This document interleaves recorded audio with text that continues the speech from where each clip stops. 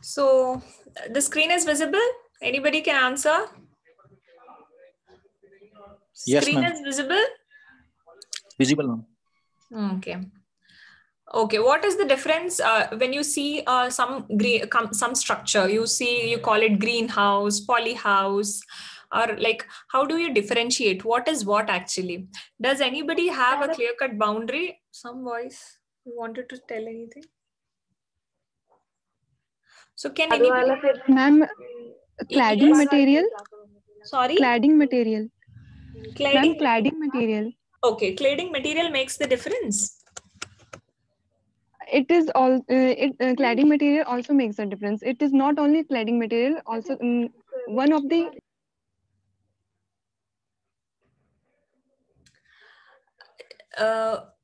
Is it not audible only to me, or it is not audible to everybody? I'm sorry, but your voice is not audible. I'm sorry. To me, actually, I don't know about others. Okay, so what actually makes, like, what do we call every structure? Yeah, it is one of the factors. It is one of the factors that makes the difference. There are different factors based on which actually how do these greenhouses or these structures actually work, and when was the first greenhouse come into existence, and in which country? Do you know all this? So actually, greenhouse structures are not meant for countries like us. These are meant for places where the name itself says greenhouse. What is greenhouse effect? What is greenhouse effect? Anybody? Greenhouse effect? Or if you're speaking or it's not audible to me, whatever it is.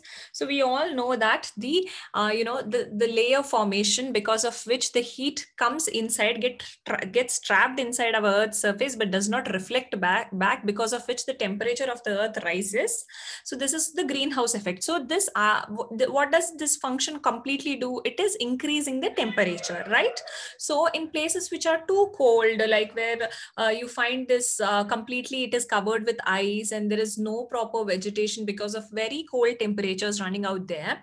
So what we do, we need to increase the temperature so that that's the reason why many colder parts of the world are non-vegetarians, because they cannot grow plants and all, so they depend on animal feed for like animals for their feed.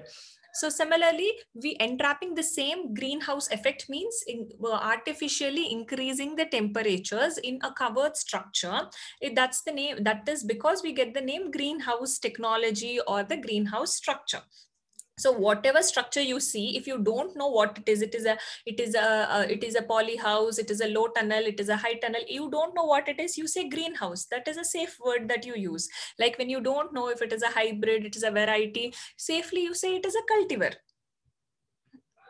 You don't use wrong words like variety or hybrid at times, and you don't know if it is a line, it is an accession, it's a germplasm. So there are different words. Take out your BD Singh textbook, and each and every word that I have used has its own definition. Similarly, here also, if you don't know what structure it is, you safely use a word, a greenhouse structure. Okay, so this is actually I have this written somewhere. I have a paper on this, but I don't remember where it is. When the first structure came in some war, it came actually. I don't remember now. I'll let you know to the earliest possible. So these structures, this is all you know. Why do we use a greenhouse? Why do we have a greenhouse? And all kind of things, because it is a limited structure. It is you have a definite boundary of this area in which you can go for the optimization of the things. So that's why the quality improvement or the higher yield, because it is an intensive cultivation. It is the greenhouse cultivation is an intensive cultivation, because you're putting so much of money on the structure that you cannot grow only unwanted crops in it, or you cannot go for a high spacing in it. So you go intensively to harvest money from each and every corner of the place, right? Here are some of the advantages which you can read later in the right. And the basic structure of greenhouse, any typical greenhouse will these are the basic structure. Somebody says gutter, somebody says ridge and furrow type. So these are the, like, the typical words, whatever it is, you can see here in the image, and you can so classification, as one of our friend was telling, that it is based on cladding material. Not only the cladding material, but are there different factors that make actually a particular greenhouse structure suitable to a particular condition. In exam point of view, what kind of questions can you be mostly asked based on greenhouse structures? Like what is the most suitable for coastal areas or rain-fed areas, or in a very cold areas, or generally cucurbits are grown in which kind of structures? So which crops are more suitable, which of the following crop is more suitable for open ventilated polyhouse? So these kind of questions, because the concept makes questions. If you know what is what, you will automatically, in the given 4 options, you will be able to choose. And which material is generally used, and how much thickness is generally used, all these kind of questions will be asked for you. Are ma'am, what have you been telling in the PPT and what have been asked in the exam is, both will be completely different. I'm not going to read out points in what exam में वो लोग जो पूछ रहे हैं old question paper का bits में यहाँ पे दिखाने के लिए नहीं हूँ.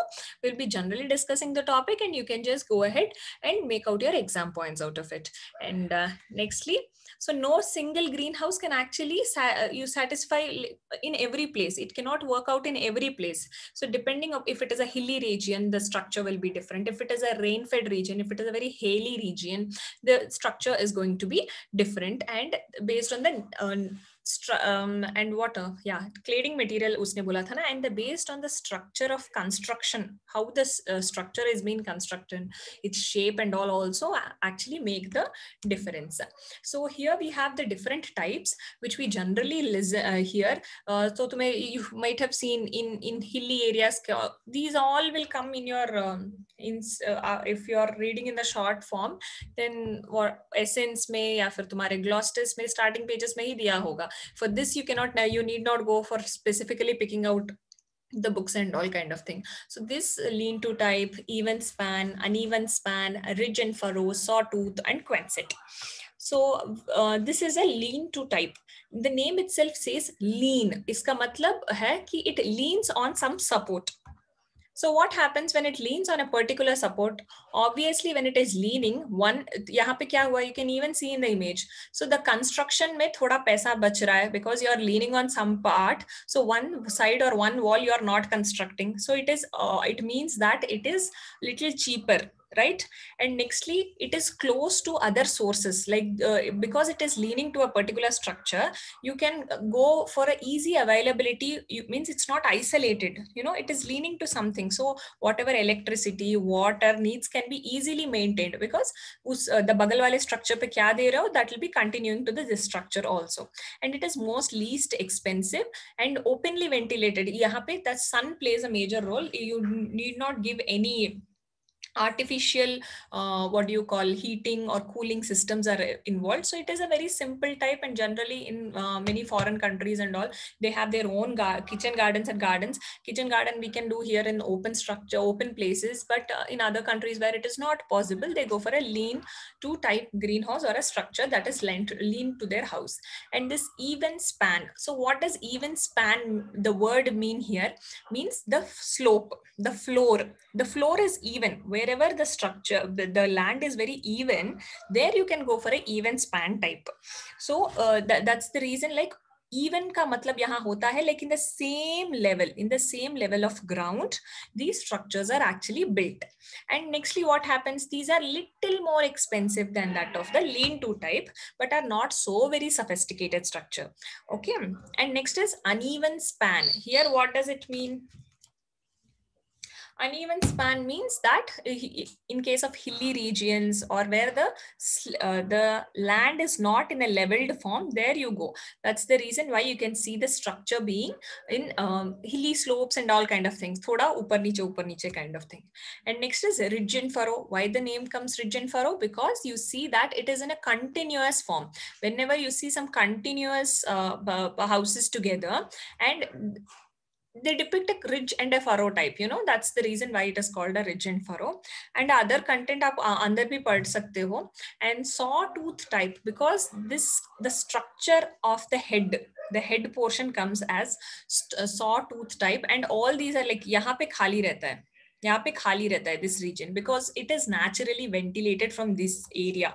Okay, this also seems to be like a ridge and furrow because it is attached to one another, but here the structure you can see that it will be open in this region for natural ventilation, whereas in ridge and furrow you do not have any natural ventilation के लिए कोई opening नहीं है. And nextly, Quonset type. What is a Quonset type? Quonset type is very flexible type. यहाँ इसे construct करने के लिए generally PVC pipes or any piping material is used, and it is constructed, the base material is constructed with the help of pipes, and it is very easy and cheap to construct comparative to other ones because कोई metal कुछ नहीं use करते हैं यहाँ पे. So here what happened, that was all based on the structure का shape. And nextly, based on the utility, what happens, some of the crops require a basic temperature to be maintained.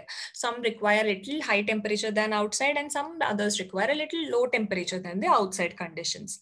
For that purpose, for active cooling and active heating. So whatever, अगर normal temperature ही चाहिए होता तो वो बाहर ही मिलता, तो हम लोग ऐसे structures के लिए जाते ही नहीं ना.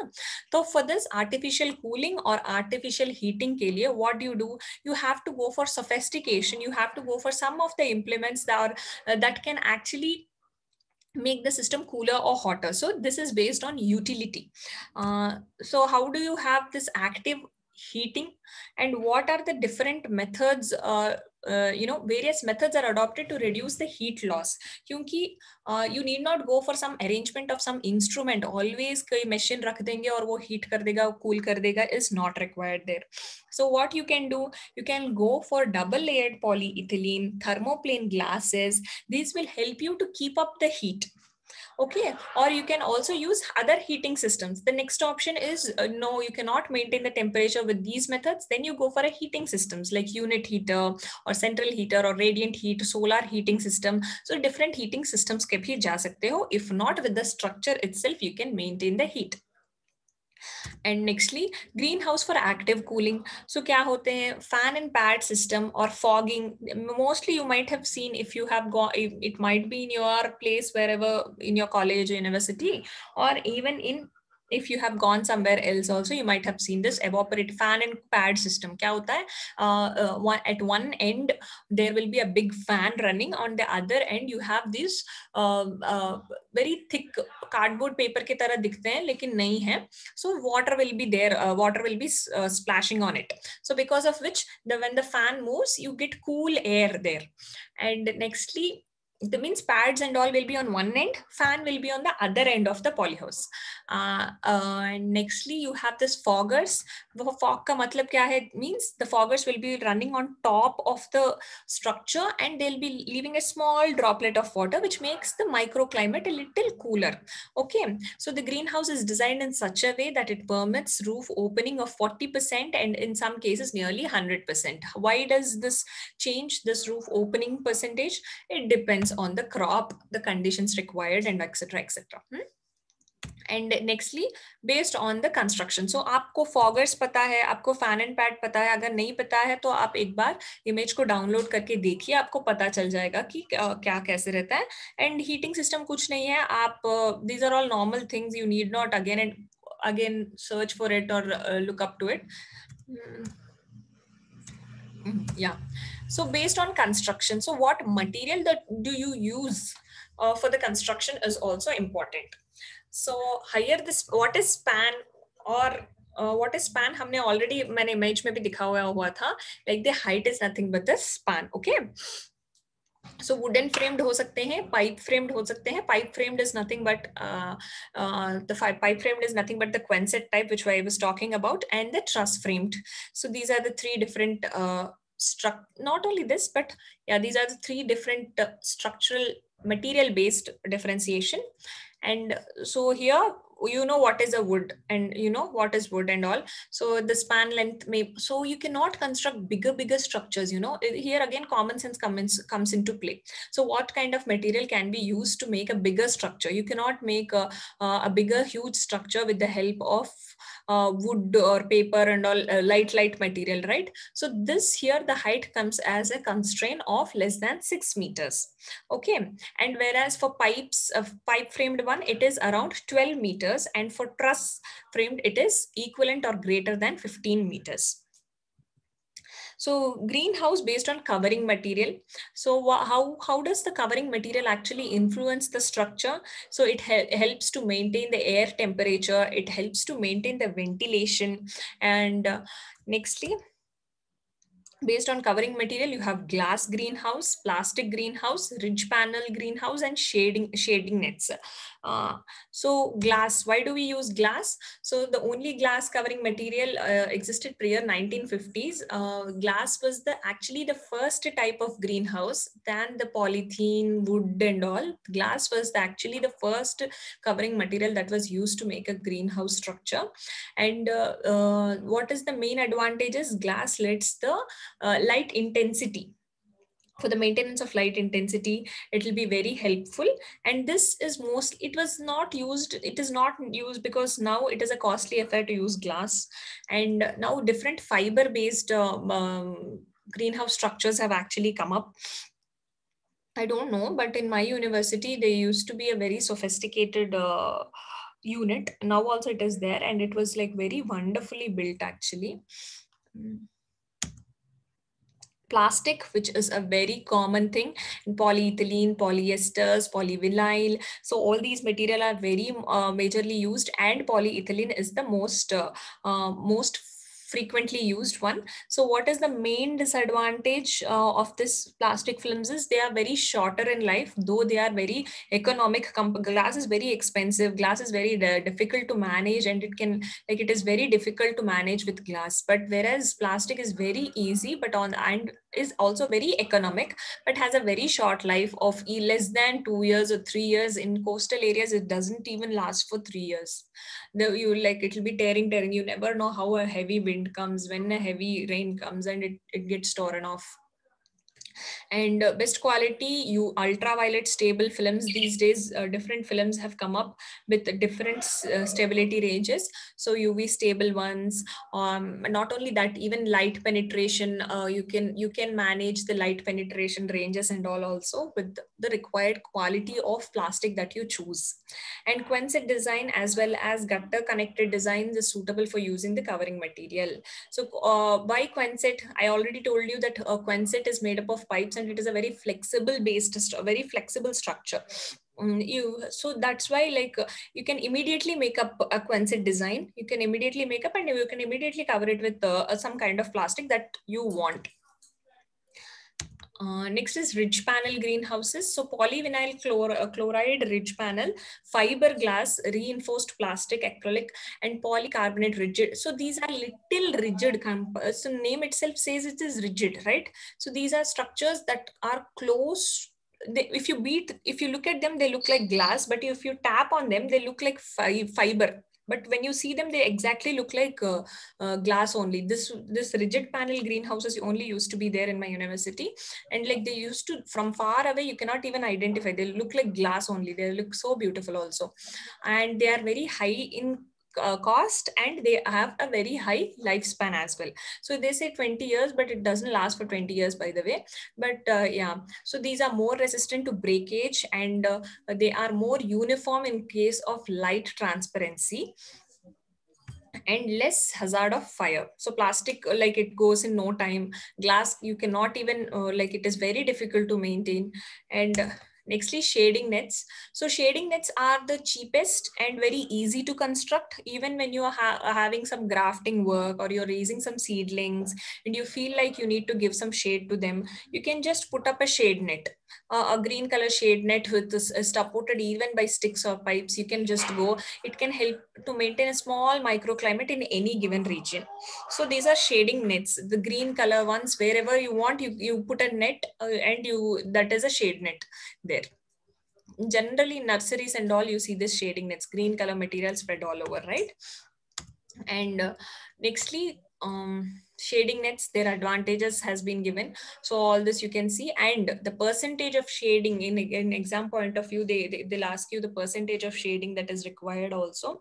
And that is also very, it will be there in your books and all, you have already read. Or tomorrow we'll have an exam, not tomorrow, On Sunday, I'll send you because I'm not ready for an exam now. On Sunday, I'll send you a question paper on the basic concepts, okay, on the basic things. And nextly, based on cost of construction, low cost, medium cost, and high cost. So what is a low cost structure? You can see that here nothing, some pipes have been raised and it has been openly ventilated in this region. So this will be empty so that the air can go inside, and it is just made up of a polythene sheet put on it.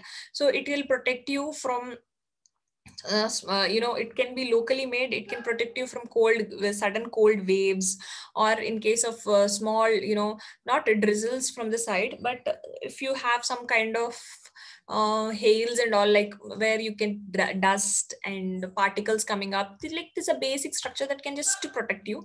So these kind of, like, it is a low cost structure where you can just put up whatever material you get and you can keep them safe inside. And this has no environmental parameters, no control over any other environmental parameters actually. And next is medium cost or partially climate controlled polyhouses. So medium cost ones are with partial control. So they may have cooling pads in them, they may have exhaust fan, nothing, and like you cannot completely maintain a temperature. It is not so highly sophisticated, but you you can maintain a minimum basic requirement of the crop can be maintained here, okay. And nextly, you have high cost, which is highly sophisticated. You will have sensors. The sensors will automatically identify if the temperature is dropping or temperature is increasing. And the growing media and all kind of things are also highly sophisticated ones. Like what is you do in generally what you do on the same ground surface, you make beds and you grow the plants in any greenhouse structure. But here you have this separate growing media also be established in here, and other fertigation and all kind of systems are present in the medium cost also, but this is more sophisticated. Plastic low tunnels, and generally for plastic low tunnels are used in case of growing vegetables, and that too in highly cold areas. Plastic low tunnels are where like very cold temperatures are grown, where coal crops are especially grown in case of northern India, under the low cost low cost tunnels. So these are highly portable. So these structures, those bent structures can be made anywhere, and they like protection from frost. Generally cabbage, cauliflower, these all come under cold temperatures, but under northern conditions where the temperatures go very much down, so you just protect it with a low tunnel. And nextly, walk-in tunnels, and these walk-in tunnels are mostly used for cucurbits, and mostly for cucurbits these walk-in tunnels are used. And also other examples here like capsicum, beans and all, those crops which actually require not so cold temperature, but they cannot tolerate high temperatures as well. And net house, when do you use a net house, and what is a net mesh? 40 mesh, 80 mesh, they say. So how do you decide which mesh is what? Like what does a 40 mesh mean? So means in 1 cubic centimeter you have 40 small holes, and in 80 mesh you have, in 1 cubic centimeter you have 80 small holes. You can imagine how small the size of hole will be. If the higher the mesh, means 40 mesh se zyada 80 mesh ke holes bahut chote chote rahenge, 80 mesh se zyada, or so as the number of mesh increases, the whole size is so small. And it is like what happens, these are all insect proof nets also, mostly the sucking pest and all. Even under 80 mesh there are chances that thrips can enter inside, mites can enter inside. So 1 cubic centimeter mein 80 holes dalne pe bhi ja raha hai, means you can imagine. So for this sucking pest and all kind of things, they can be used, and even shade nets. So in these nets, for shade purpose, for insect proof nets. So shade purpose, if it is large, also larger holes also can work out, but for insect proof there is a need that you need to maintain a particular size for the particular pest that you want to control, okay. And mostly for to avoid vectors and all, that is nothing but aphids, thrips, even white flies, these are all vectors, right? So to avoid these all kind of things, you can go for insect proof nets. and hot beds and cold beds, cold frames. These are the other two type of structures. So what do you do? These frames are also, these are mostly, the name itself says it's a bed, and you can see how small the structure is. What do you do in a bed? You're not growing any, you're not keeping any plants here. It is mostly for germination purpose. It is mostly for promoting the germination, and the crop is grown only up to transplanting stage in these kind of structures. And cold frames, what happens? Some other crops require cold frames. Some other crops require a minimum basic low temperatures for their growth, right? So the similar to these hotbeds, which promote the germination by increasing the temperature, cold frames maintain a low temperature so that the germination can be promoted. These are both are low, low in size, and these frames can be made up of wood, plastic, aluminum, whatever it is, because the basic structure is the frame. That's it, nothing more than this. Okay, and these are aluminum framed ones, and these are plastic ones. So here we have the cost, how much cost it takes and all. This is not important for you, but next thing is, we all have spoken about these greenhouse structures and all. These are like, all these might not come in exam, but whatsoever, you can draw up common points from them and make it out for your exam. Nextly, something that is connected these days with this kind of structures and sophisticated cultivation is precision farming. So what is precision farming? We were talking about high cost polyhouses, which include sensors and all kind of things. So now I have given a clue. What is precision farming? What does the word precision mean?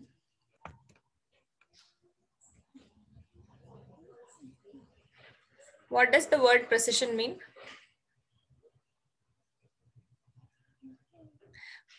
Precision is nothing but the precise use. Precise means without wastage, you are using the whatever resources are there, whatever the piece of land or it is required, you are giving only that. You're not giving more, you're not wasting anything. So it is more precise. The Word document is visible to you, right? Namrata, it is visible? Yes, ma'am, it is visible. Yeah. So this is a paper from one of my teachers only. So what is precision farming? Means on spot, whatever is required, you will be only giving that. And how do you give whatever is required only? Why not? It means excess of water is not given, excess of nutrients are not given. What is required, the optimum thing, what is required is given. And how can you say that this much is only required?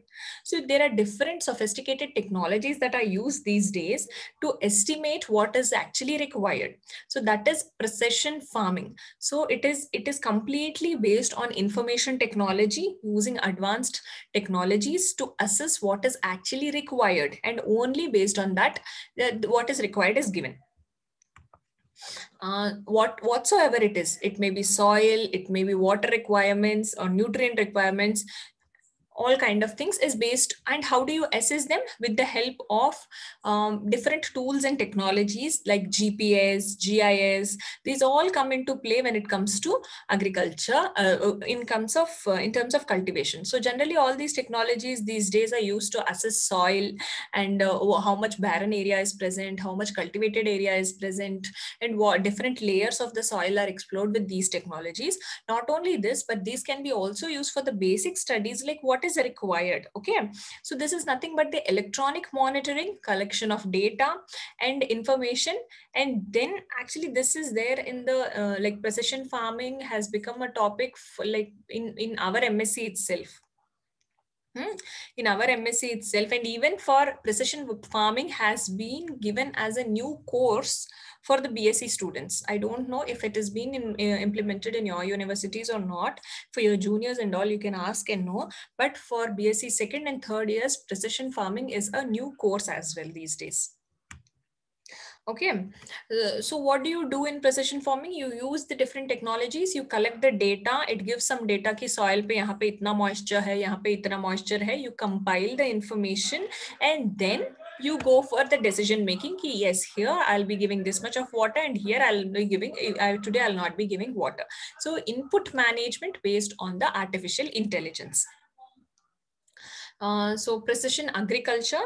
So as a definition, this means that to gather, record the information, and then apply the inputs. And what you do here, you vary the rate of inputs. So somebody told you to give nitrogen application today. You don't give nitrogen to complete the polyhouse. Generally, these kind of structures are used for a limited area. When it comes to sophistication, because you are using these much of technology, you're not doing to the whole. Actually, for even open lands, these are practiced, but you will not be basically doing it. In under controlled conditions, this will be mostly practiced. So what you're doing here, you will not be giving nitrogen application all over the field. You will be assessing where the nitrogen is actually deficient, and you will be going there, right? So it is nothing but you will be gathering the information, you will record the information, and then vary the input quantity, what is needed, what could be used to reduce the cost and enhance the yield. So what happens, अरे you may think, ma'am इतना सारा technology use करने से अच्छा मैं nitrogen ही spray कर देता पूरे फील्ड पे, है ना? Yeah, that is quite fact as well. But on the other hand, it is a proper resource management. You might monetary funds again and again, but resources you won't get again and again. And this is a smart agriculture whereby you can you can feed your future also, right? And what are the major tools of precision farming? This is the computer systems. Like the computers are very important. The different programs that actually softwares, the programs and all are very important, that will help you to assess the things. And what is GIS these days? The thermal maps that show the spatial distribution of the data. So the GIS, geographic information system will be, these are the computer based images. Actually, these are the computer based images which will be virtually depicting you about the situation or the condition of the area that you are in. See, as an example, you can see that the irrigation and fertigation scheduling of bhendi crop was done, it seems.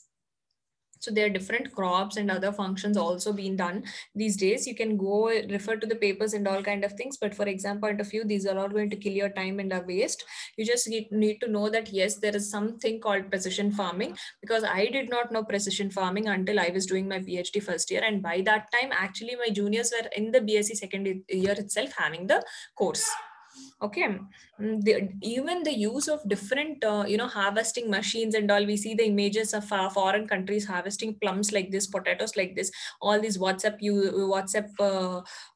forward messages and videos and all, you see, oh my god, fascinating videos. These are all actually come under this artificial intelligence based or the precision farming based tools only. And global positioning systems. So this global positioning system is nothing but, you can see these days, before the train comes, before the bus comes itself, there'll be announcements for us. Like, even we know that when we are going somewhere, we are coming somewhere, like, I'm in this location, I'm here, you follow me here, and all kind of things. The same thing is used in case of your agriculture also. So how does this help you? How this global positioning system will help you in case of your crop management? So here you can see an example quoted also, like how many nut crops are there, how many grape vines are there. It will be even help you to identify them based on their images. And remote sensing. How does remote sensing will help you? Remote sensing will help you, even it will tell you how many vines have actually dried, how many vines are fresh, how many trees are there, how many shrubs are there. All these kind of things, remote sensing will help you based on the imaging system. And yield monitoring and mapping. Next is variable rate technology. I was telling you about the instruments, no? These instruments all come under this variable rate technology only. Those instruments which we were harvesting, which are used for giving fertilizers and all, come under variable rate technology. Why did I read it slow? Because the name itself explains it, that the rate of application will be variable, will be varying. And this is what this technology speaks about. So whatever is required, it is fertilizers, it's pesticides, it's water, whatever it is, that machine helps you to apply based on the requirement of the soil or the plant.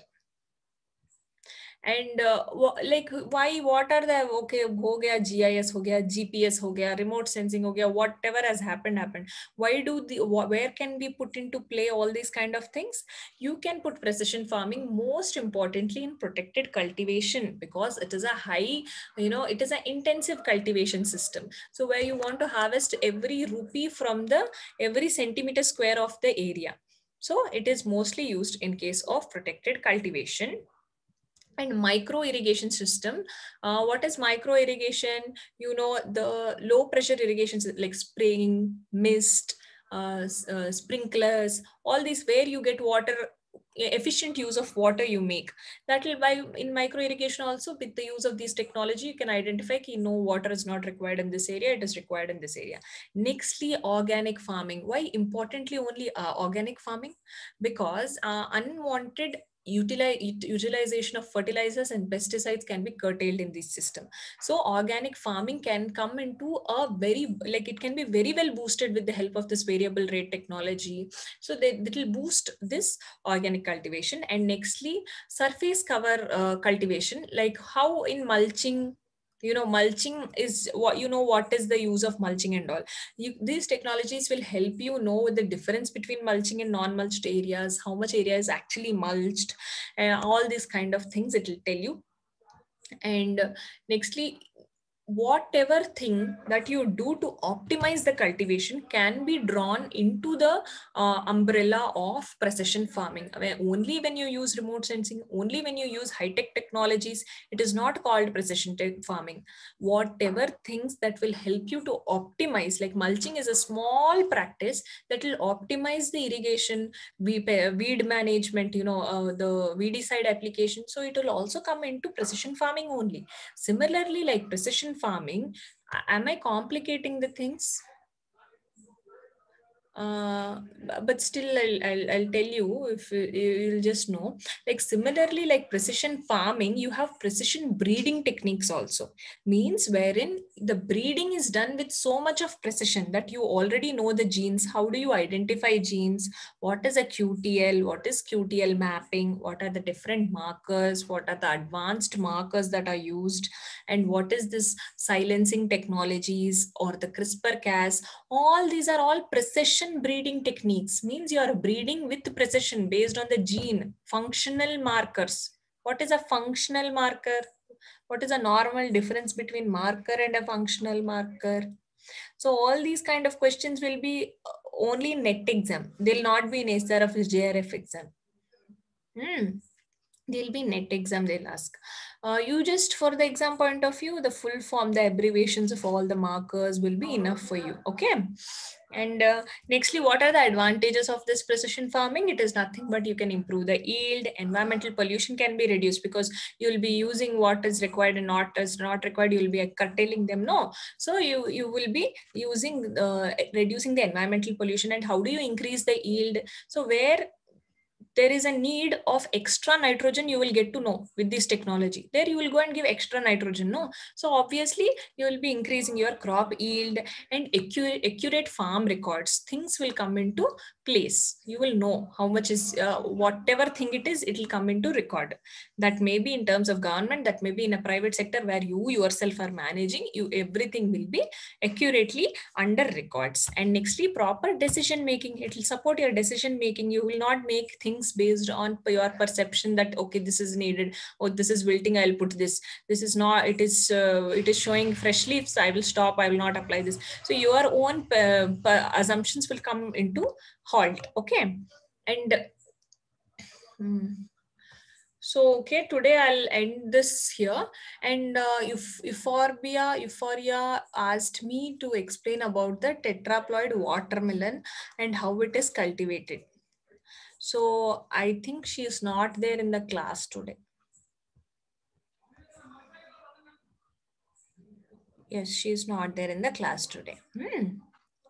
Okay, we will see that tetraploid watermelon in the next class because she asked us, no? So when she'll be there, we'll do that. And for today, we will stop this, and tomorrow there will be a floriculture class, okay? So floriculture class will be there. In the same time, tomorrow there will be no delay. And anything else in the previous classes or this week that you have read, you wanted a clarification or you wanted to talk anything? Anything from anybody? I think I'm sorry that today it was in a short notice. I didn't receive the link. I also received the link very late. That's why many could not join, I feel. Even that Anuj and all were messaging me for that. So I'm sorry. I'll make sure like if the link reaches you to the earliest. Any other doubts or anything you wanted to speak today? Or you wanted to ask anything? If not, I'll close it today. This material will be shared to you to the earliest possible. And for the exam also, I'll ask them for the exam. Anything else means okay, or else I'll close it. Okay. So yeah, nobody is speaking, or if it's not audible, I don't know whatsoever. All the best, huh? Read. Bye. Okay, thank you, ma'am. Yeah, good night. Good night.